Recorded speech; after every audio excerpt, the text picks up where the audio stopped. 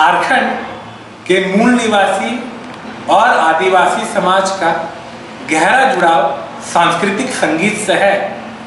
झारखंड के जल जंगल जमीन और यहाँ का सांस्कृतिक संगीत पूरे विश्व भर में अपनी महिमा मंडन करवाता है।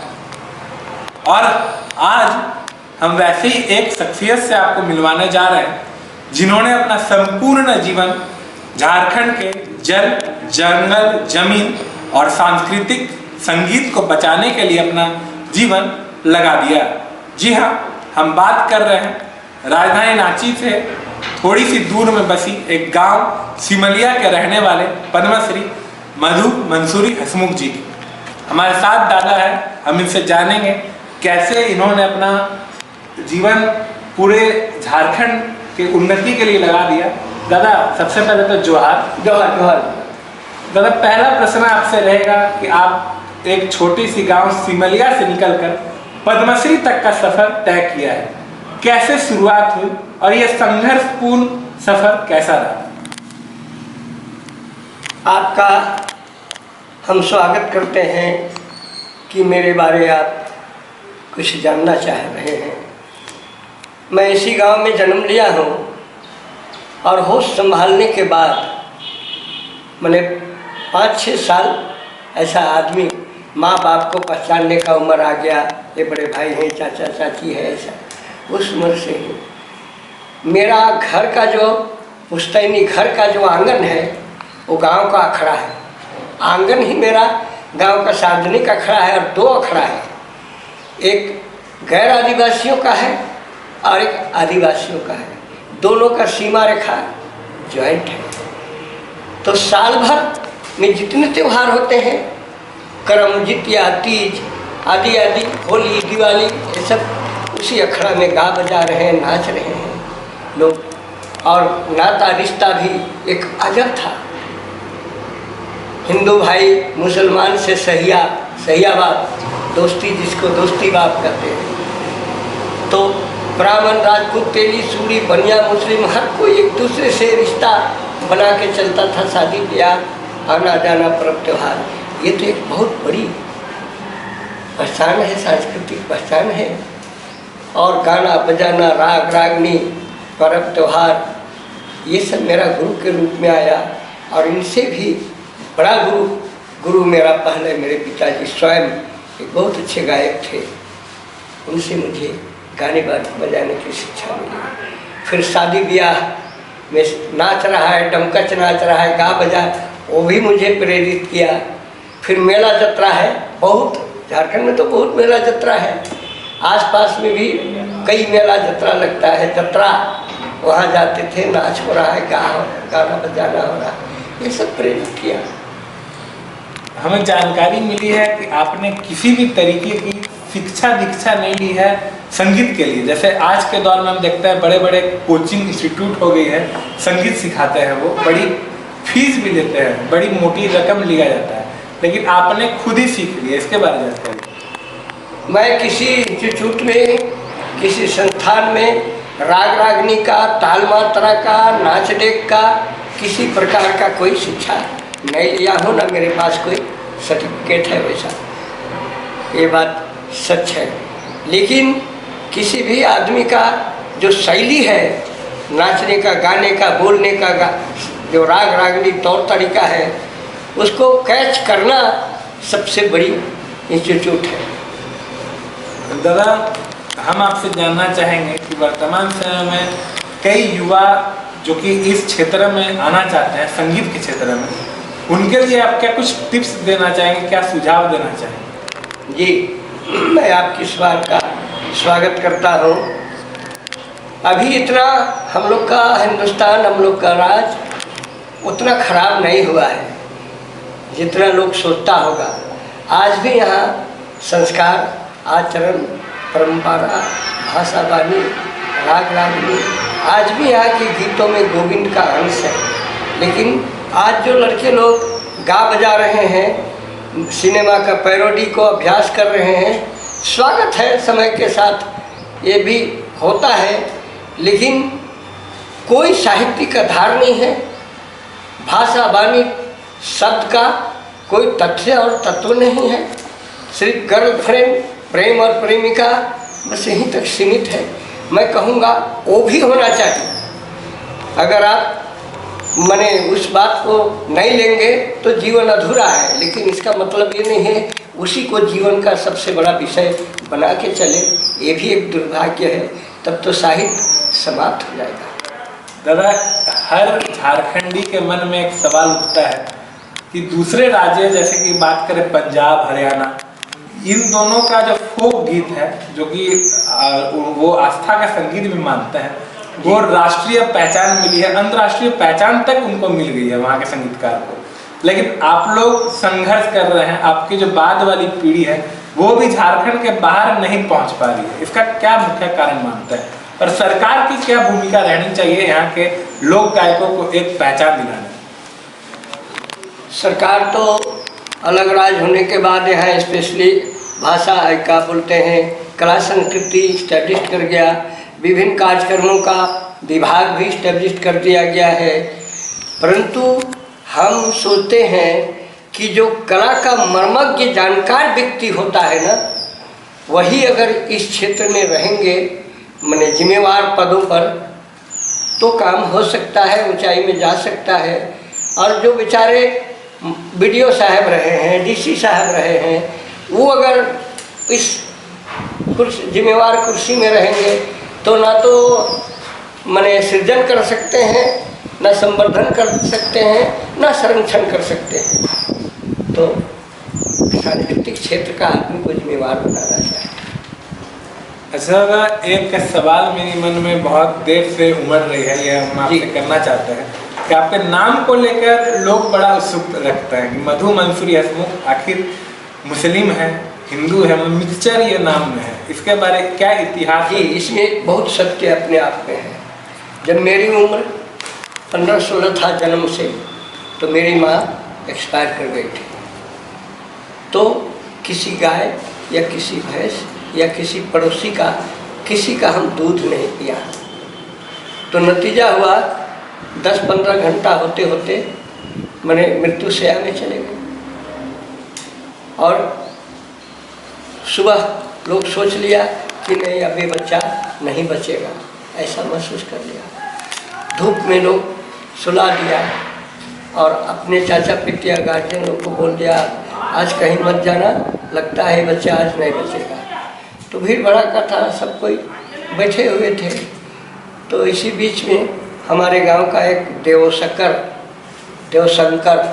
अहीर ऊपर मोहल्ला से नीचे मोहल्ला आ रहा था, उसके हाथ में ये जो महुआ का जो दारू होता है, चुलैया दारू, उसके हाथ में था। वो भीड़ देख के आया और बोला, हम तो मृत्यु शैया में जैसे थे, मेरे पिताजी को बोला कि क्या भीड़ है? तो बोला देखिए ना दादा, आज ये बच्चा नहीं बचेगा। तो कहा का रे बेटा, तुम्हारा माँ तो छोड़ के चली गई, तुम भी चले जाओगे, चिन्हा नहीं रहोगे, मैंने पहचान। फिर मेरे पिताजी को जैसे लोगों ने बोला, हमको बताया, बोला तुम लोग इस करण का पेड़ में हमको बांध के मारोगे, कोई बात नहीं, मारोगे, लेकिन हमको एक दवा करने दो। और पहले उस समय में गाँव में चम्मच नहीं था, तालाब में जो सितुआ होता है उसी में वो दारू पिला दिया हमको। थोड़ा सा उस स्थिति में कोई कह रहा है ऐसे मर रहा था, तो इसको दारू पी के मार दिया। और लेकिन 4-6 घंटा के बाद नशा जब हो गया, हम सो गए। 4-6 घंटा के बाद हम बहुत चंगा हाल में खड़ा हो गए। उसके बाद जब बड़ा होने लगे तो उस आदमी जिसने दारू पिलाया, उसका घर हम छोटा सा कटोरा लेके उसका भाई के यहाँ चले जाते थे, हलाद नाम था, दारू पीते थे। और आने जब लगते थे तब तक नशा हो जाता था। एक इमली का पेड़ के पास बैठ जाते थे, तो कोई हमको उठा के घर ले आता था और मेरे बाप को कहता था, ए दादा, ये बच्चा तो एकदम मधुआ हो गया। तो मधुआ से मेरा नाम मधु हो गया, मधु नाम। अब मंसूरी मुस्लिम कम्युनिटी में हम उस कौम से आते हैं जो रुई ढूंढते हैं, जिसको धुनिया कहते हैं। तो धुनिया का मैंने अच्छा शुद्ध मैंने अच्छा प्रतिष्ठित टाइटल है मंसूरी, तो सभ्य जब हुआ तो मंसूरी टाइटल हो गया। मतलब हसमुख कैसे नाम था? हमारे गांव में एक आदमी है, अब तो नहीं है, गुजर गए, कुलदीप सहाय। वो कुलदीप सहाय जी का यहाँ जमीन जगह है, उसका बेटा लोग घर बनाया है, उनका अपना घर हिमपीढ़ी था। तो जमीन जगह यहाँ है, तो खेती बाड़ी लाला जी थे। तो मेरे पिताजी तो एक ग्रामीण मजदूर था, तो उसी के यहाँ हम चौथा या पाँचवा क्लास में पढ़ते थे तो गए थे। उसका बाप, मेरा बाप उनका काम करने गया था खेत में, धान रोपने के टाइम में। तो हमको क्या देखा नहीं देखा, उसने मेरे पिताजी को बोला, अब्दुल ये क्या है? बोला, हमारा छोटका बेटा है मास्टर, बहुत मुश्किल से OCI करता था। तो गांव का आदमी था, तो नागपुरी में बोला, अच्छा एक बात हम तुमको बोलते हैं अब्दुल, क्या नाम है इसका? मधु मंसूरी मास्टर।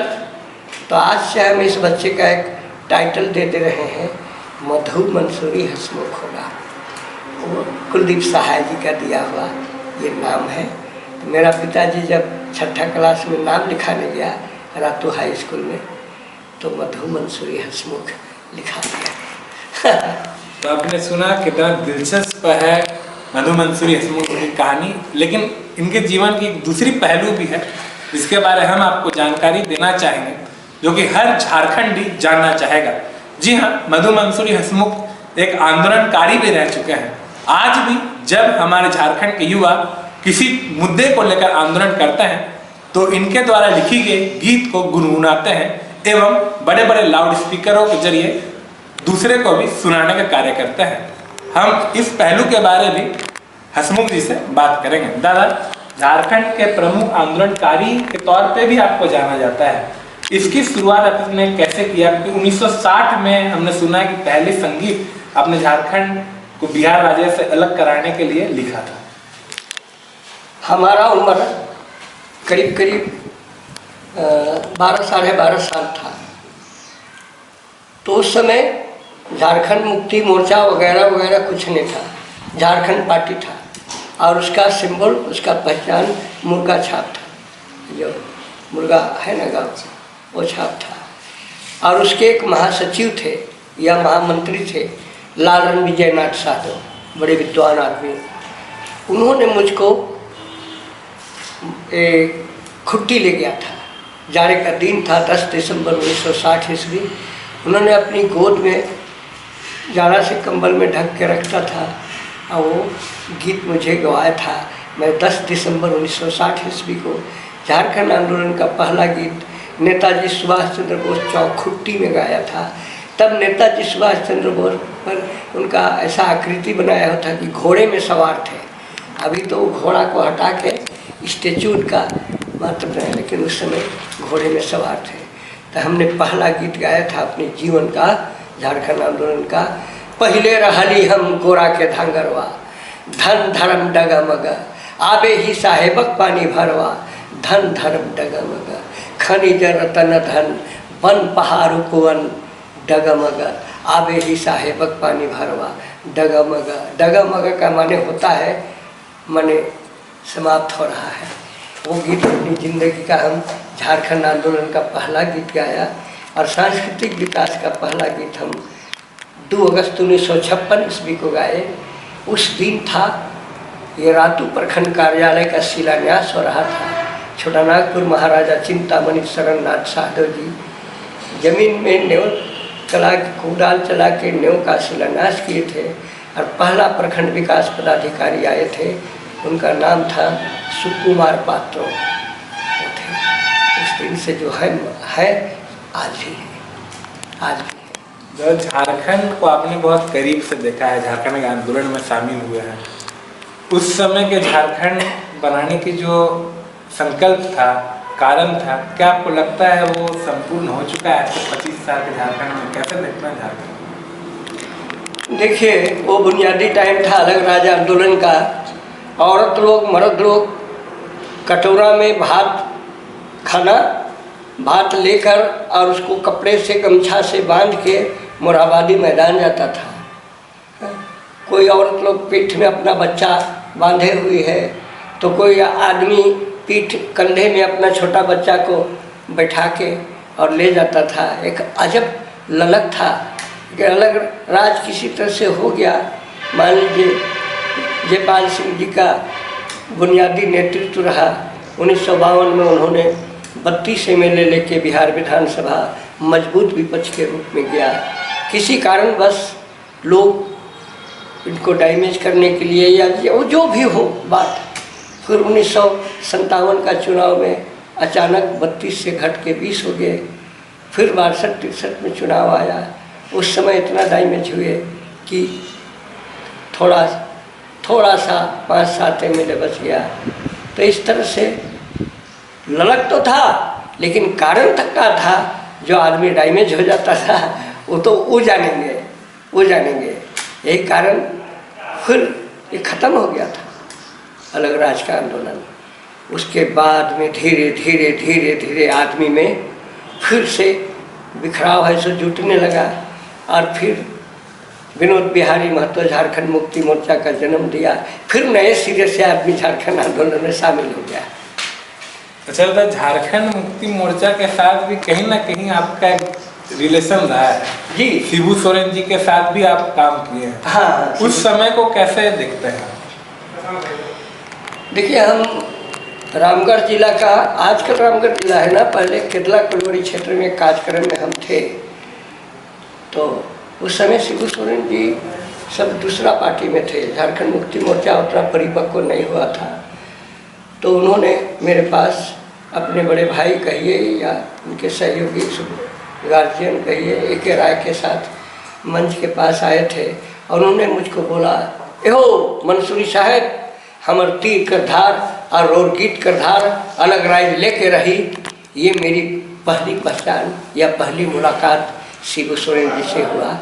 और तब तक मैं सरकारी नौकरी पकड़ लिया था डरंडा का मैकॉन में। लेकिन हमारा तो नशा अलग था। इतना अपसेंट, इतना गराजरी बोलते थे, या ऑफिस से एक टाइम के बाद दूसरा टाइम भाग जाते थे। मेरा सर्विस बुक देखते तो 3 वॉल्यूम इतना मोटा मोटा। पर्सनल अफसर लोग हमारा सर्विस बुक को छूना नहीं चाहता था। एक आदमी का पूरी ज़िंदगी में सर्विस बुक इतना मोटा है और मेरा पूरा ज़िंदगी में इतना मोटा हो गया था। तो ऐसा एगो ललक आदत मन को। दादा, कई युवा आपके गीत को सुनना चाहते हैं। जो एक गीत आपने गाया था, माए माटी छोड़ब नहीं जंगल छोड़ब नहीं, जो आज के स्थिति में भी बेहद सटीक बैठता है। जब लोग इंडस्ट्रीज से जब उनके जमीन को छीन लिया जाता है तब भी इस गीत को बजाते हैं, या जब छात्र JPSC JSSC का आंदोलन करता है उसमें भी इस गीत को बजाते हैं। हम चाहेंगे कुछ पंक्तियाँ आप हमारे दर्शकों को भी सुनाएं। देखिए, उसके बारे में भी जानना चाहिए, सत्य को सामने लाना चाहिए। ये जो गांव छोड़ब नहीं, जंगल छोड़ब नहीं, माए माटी छोड़ब नहीं, लड़ाई छोड़ब नहीं। हम लोगों के, आप लोगों के अच्छे जान परिचय मेघनाथ महतो जो डॉक्यूमेंट्री फिल्म निर्माता है, वो मेरे पास एक रॉ मटेरियल लेके आए इसी गीत का। तो वो गाने में किसी तरह से सटीक नहीं बैठता था। तो हम उनको बोले इसमें बहुत सारा काट छाँट करना होगा और इसके लिए 15 दिन टाइम चाहिए। हम आप लोगों के आशीर्वाद से प्रयास करेंगे कि इसको ऐसा बना दें कि सब कोई दुनिया चाहे। विषय बहुत अच्छा है। फिर 15 दिन के लिए हम वो कागज़ को अपने पास रख के उसको नए सिरे से राग रागनी दिया, उसको किस शब्द को हटाना है, किसको नहीं हटाना है, उच्चारण दोष कैसे ना लगे, उच्चारण कैसे सब सटीक होगा, इन सारी बात को सेट करके हम लोग इस गीत को गाया, तैयार किया और हम उसको मोबाइल फ़ोन में उसको सुनाए। देखो अब सुनो, तो हम उसको गा के सुनाया। तो दोनों हाथ का ताली बजाया। अपने घर में तो मोबाइल में आवाज़ आ गया, बोला अब इसको रिकॉर्डिंग कराओ, बहुत अच्छा है, बन गया। फिर उसको रिकॉर्डिंग हम लोग बॉम्बे का 7 भवन एरिया मंदिर मैदान, वहाँ एक स्टूडियो में जाके किए और उस रिकॉर्डिंग को केरल का या बंगलोर का, केरल या बंगलोर का सतीश नाम करके एक आदमी था जिसका एनजीओ था, उन्होंने खर्च करके रिकॉर्डिंग कराया, जो गीत पूरी दुनिया पहुंच गया। तो कुछ पंक्तियां जो हैं वो हम चाहेंगे कि आप थोड़ी सी गुनगुनाएं हमारे दर्शकों को। गाँव छोड़ब नहीं और जंगल छोड़ब नहीं, अरे माए माटी छोड़ब नहीं, लाड़ाई छोड़ब नहीं। हम गाँव छोड़ब नहीं और जंगल छोड़ब नहीं, अरे माए माटी छोड़ब नहीं, लाड़ाई छोड़ब नहीं। बांध बना ले, गांव डुबा ले, कारखाना बना ले, और जंगल काटी खादान कोड़ी सेंचुरी बना ले। तो बांध बना ले, गांव डुबा ले, कारखाना बना ले, और जंगल काटी खादान कोड़ी सेंचुरी बना ले। जल जंगल जमीन छोड़ हम इन कहाँ कहाँ जाएं, विकास के भगवान बता दो कैसे जान बचाए। से ले गाँव छोड़ब नहीं, हम जंगल छोड़ब नहीं, और माए माटी छोड़ब नहीं, लाड़ाई छोड़ब नहीं। बहुत बहुत धन्यवाद दादा, इतना अच्छी गीत हमारे दर्शकों के आपने सुनाया है। एक आखिरी सवाल आपसे रहेगा जी। आप झारखंड के माटी पुत्र हैं, एक पर्सनल सवाल आपसे करना चाहेंगे कि झारखंड का व्यंजन भी काफ़ी अपने आप में अलग है। आपको क्या कुछ प्रमुख व्यंजन पसंद आते हैं झारखंड का, जिसे आप हमेशा लेना चाहते हैं? जी, आपका कहना बहुत दुरुस्त है। आप लोग को यकीन हो ना हो, हम लोग तो ठेठ एकदम पुराना धान, ये सब धान नहीं था, हाइब्रिड धान नहीं था। हम लोग तो पुराना धान का भात, साग भात, मड़ुआ रोटी और लौआ कोहड़ा कदुआ, ये सब खा के बड़े हुए हैं। और उड़द ओल ये सब का बरी जो होता है ना, वो सब खा के बड़ा हुए हैं। महीना 15 दिन में, और देसी मुर्गी का बहुत चलन था, खा के बड़े हुए हैं। और पर्व त्योहार में आदमी बड़ा खान पियान उपाय करता था, लेकिन यहाँ की परंपरागत ढंग से होता था। इसके लिए कुर्सी लाओ, टेबल लाओ, ये लाओ, वो लाओ, कुछ नहीं। आदमी पुआल बिछा देता था आंगन में, या पूरा बिछा देता था, और उसी में सब कोई बैठ के खा रहा है और हंसी मजाक भी कर रहा है। ये सब वो ज़माना और लौट के नहीं आएगा। वो इंसानियत, वो प्रेम, भाईचारा और लौट के नहीं आएगा। साल भर में हम लोग की याद से एक जिला में मर्डर नहीं होता था। आज तो मैंने एक जिला में पर डे 50 को हत्या हो रहा है। वो ज़माना और लौट के आने वाला नहीं है। प्रेम भाईचारा यहाँ ही झारखंड में, बाहर की बात नहीं हो रहा। वो ऐसा समय नहीं आएगा। हमारा इसी गांव में जहाँ हम बैठे हैं ना,